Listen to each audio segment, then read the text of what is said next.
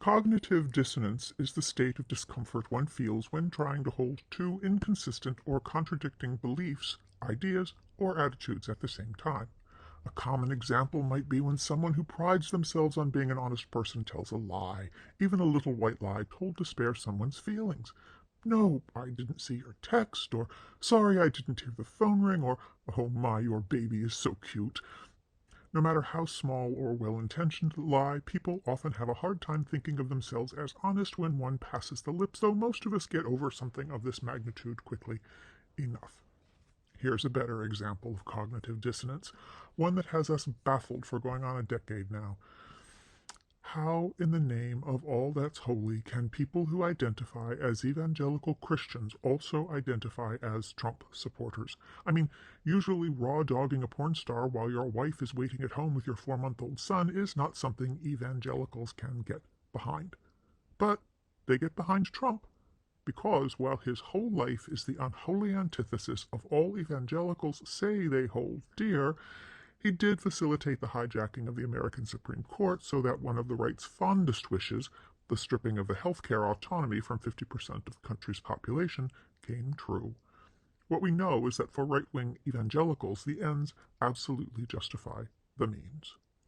The cognitive dissonance that Meghan Markle has to live with and inspires in so many of us doesn't have the same stark, life-altering consequences as those that come from the evangelicals' confusion, but it is nonetheless bothersome. Meghan Markle is a woman who has declared that, as an American, titles mean nothing to her. Fair enough. While we might elevate a hereditary rich kid once in a while simply because he pretends to still be really rich, we Americans on the whole tend to put little stock in lines of succession. Which is why it strikes us as more than a little odd that Meghan clings to her title, Duchess of Sussex, even though she hasn't been in the UK, let alone Sussex itself, for the better part of over 3 years. What strikes us as ridiculous, however, is her acceptance of titles for her wholly American children. To the point, has Lilibet ever even been to the UK?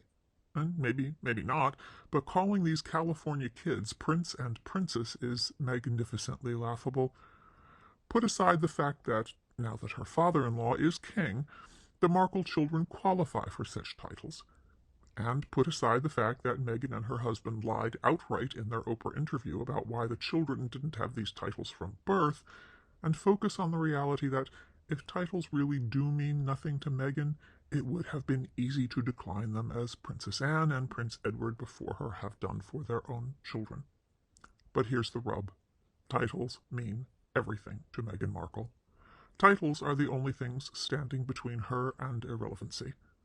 Titles are what this cable TV actress thinks bestow importance upon her, her family, and any works she has or may produce.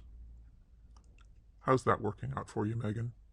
The right thinks you don't deserve a title because you're spending your career disparaging those who do have a right to titles, and the left thinks you're silly for placing such a premium on a status you gave up upon quitting the royal family. Both sides think you're a hypocrite. Here at The Authentic, we think Meghan is simply tiresome, though we do wonder how she lives with such an enormous load of cognitive dissonance weighing her down.